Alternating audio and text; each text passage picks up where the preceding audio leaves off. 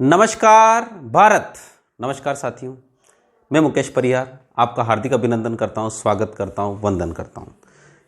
Compound interest और simple interest का एक ऐसा कॉन्सेप्ट हम डिस्कस करेंगे जो कि एग्जाम में बहुत बार पूछा जाता है और बच्चों के मन में एक उलझन होती है कि किस प्रकार से इस उलझन को ख़त्म किया जाए, क्योंकि सिंपल इंटरेस्ट में और कंपाउंड इंटरेस्ट में सेम केवल एक वर्ड का चेंज करके साथ आते हैं।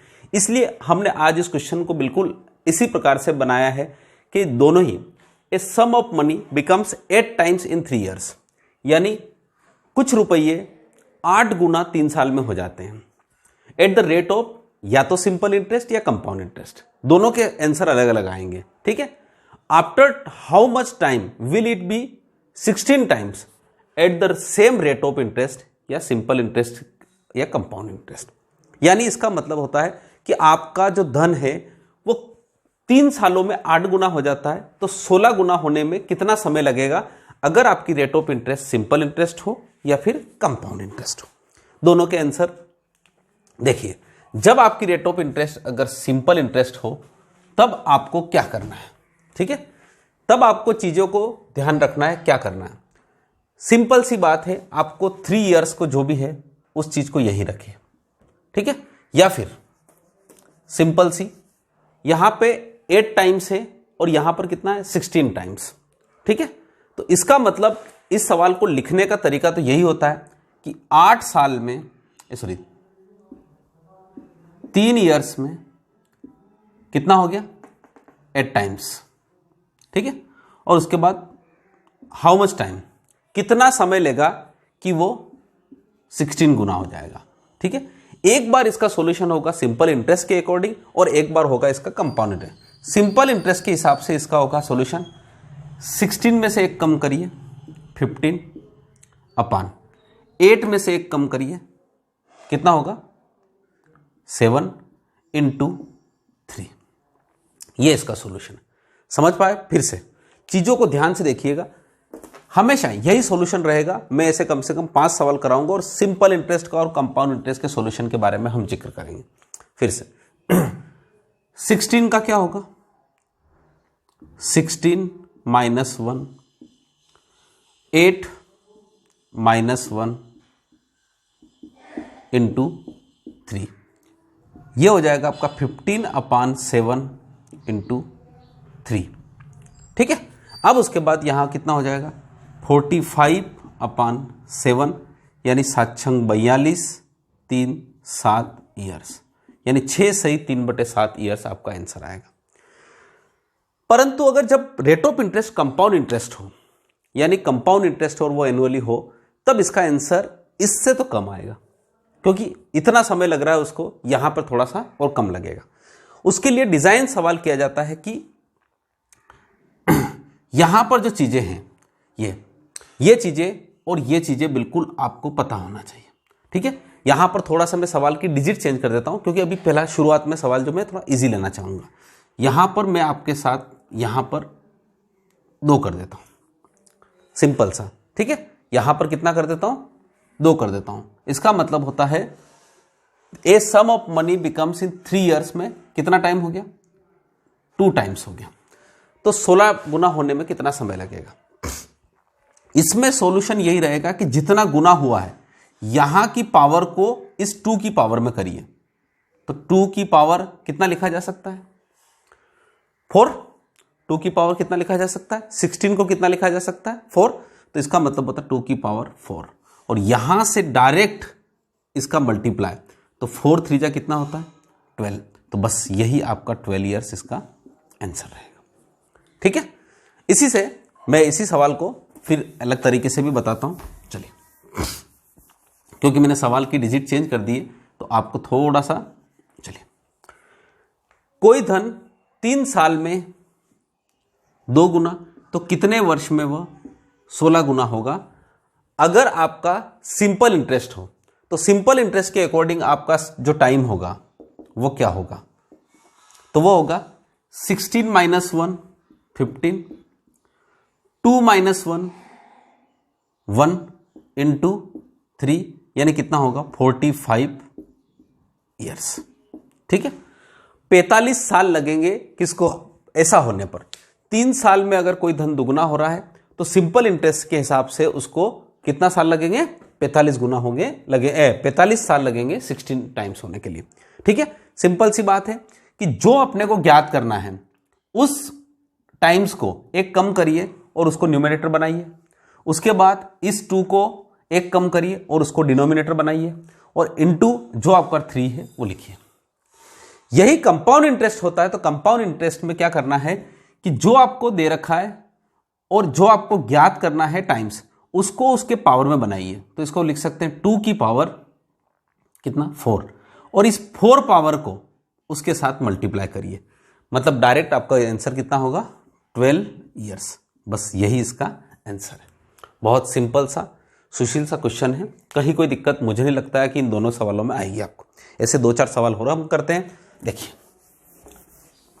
अब कुल मिला के वो सारी चीजें ऐसा कैसा ही लिखा हुआ है। मैं इस क्वेश्चन को यहां पर चेंज करता हूं कि 5 साल में कोई धन 3 गुना हो जाएगा, है ना, तो कितने साल में वह आपका 27 गुना होगा। गुना मतलब टाइम्स। ठीक है, इसको सिंपल इंटरेस्ट से भी करिए और इसको कंपाउंड इंटरेस्ट से भी करिए। वैसे दोनों सवालों का नेचर थोड़ा सा अलग अलग रहता है, इसलिए संख्याएं जनरली दोनों की अलग अलग चुनी जाती है दोनों सवालों की। पर मैं कंपाउंड इंटरेस्ट के अकॉर्डिंग क्वेश्चन लिख रहा हूं, इसलिए सिंपल इंटरेस्ट का उत्तर जो आएगा वो उतना इंटीजर के रूप में नहीं आएगा। चलिए लेट्स स्टार्ट। अगर सिंपल इंटरेस्ट के रूप में हो तो 27 का क्या होगा 26, ये आपका न्यूमरेटर बनेगा। 3 का कितना होगा 2 बनेगा, और उसके बाद यहां पर क्या होगा 5। तो यहां पर क्या होगा 2 13, और इसके बाद इसका आंसर आएगा 65 ईयर्स। कितना आएगा 65 साल। जबकि यही कंपाउंड इंटरेस्ट में यह काम होगा। क्या इस 27 को 3 की पावर में लिखा जा सकता है? यस। देखो एक बात बताइए, एग्जाम में हमेशा वही क्वेश्चन आएगा जो बनाया जा सकता है। अगर नहीं बनाएंगे तो डेफिनेटली वो सवाल बनाने वाला भी नहीं बना पाएगा।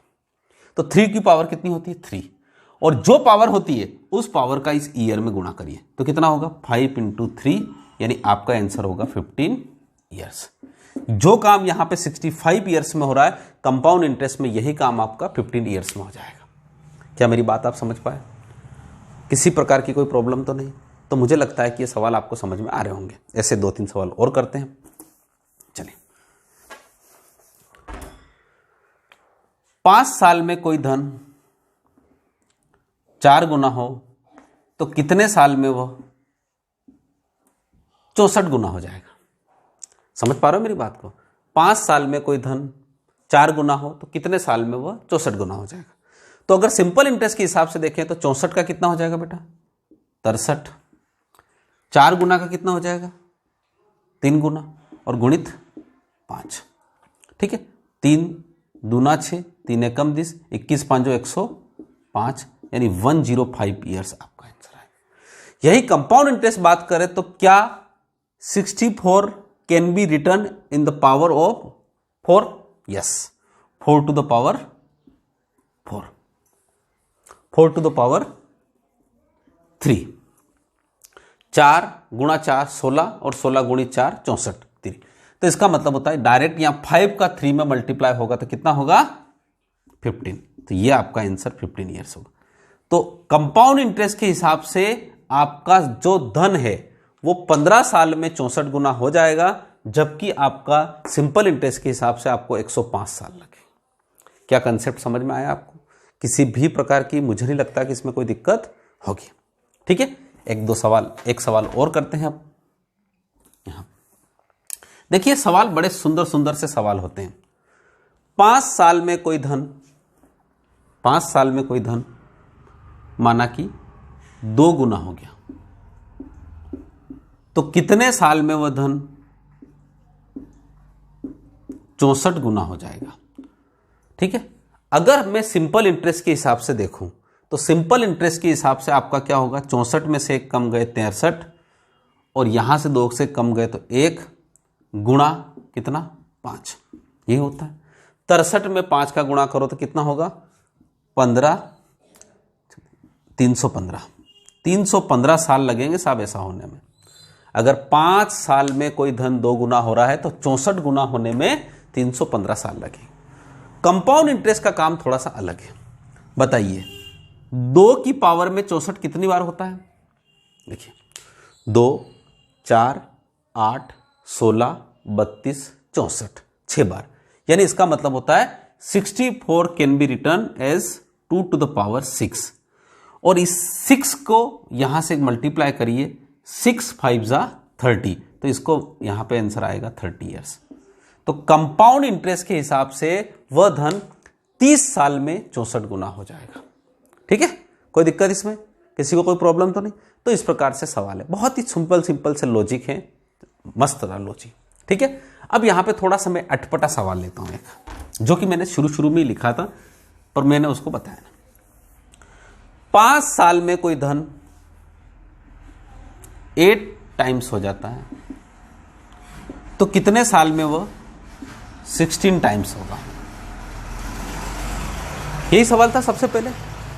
तो यहां पर सिंपल इंटरेस्ट के हिसाब से तो आपको 16 का कितना होगा? 7। 8 का कितना होगा?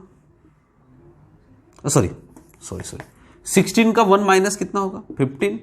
8 का 7 और इंटू 5, 75 बटे 7, एकम 7, 0, 10 सही 5/7। यह आपका हुआ कब?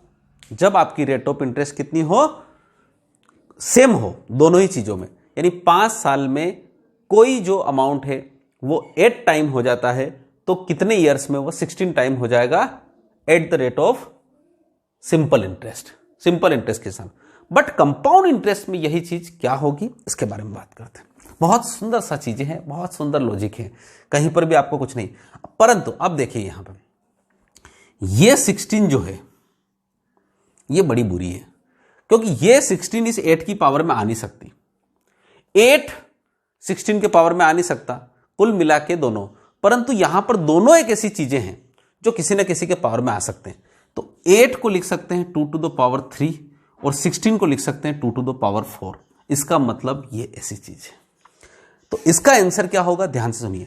आप इस 5 को लिख ही दीजिए, गुणा कर लीजिए ऐसे, इस प्रकार से। ठीक, इसकी जो पावर है 2 की पावर जो 4 है वो यहां लिखिए और इस 2 की पावर जो 3 है वो यहां लिखिए। आपका उत्तर हो जाएगा 20/3, यानी वही 6 सही 2/3। ठीक है, समझ पा रहे हो? ऐसे 1-2 सवाल करेंगे हम। जब अभी तक तो यहां पे 2 था तो यहां पे 16 था, यहां पे 3 था तो 27 था, ऐसा किया। परंतु अब नहीं हुआ तो फिर हमने ऐसा सवाल किया। समझ पाए? ऐसा सवाल फिर करते हैं एक और। यहां पे लिखा मैंने 5 साल में कोई धन 25 गुना, ठीक है, तो कितने साल में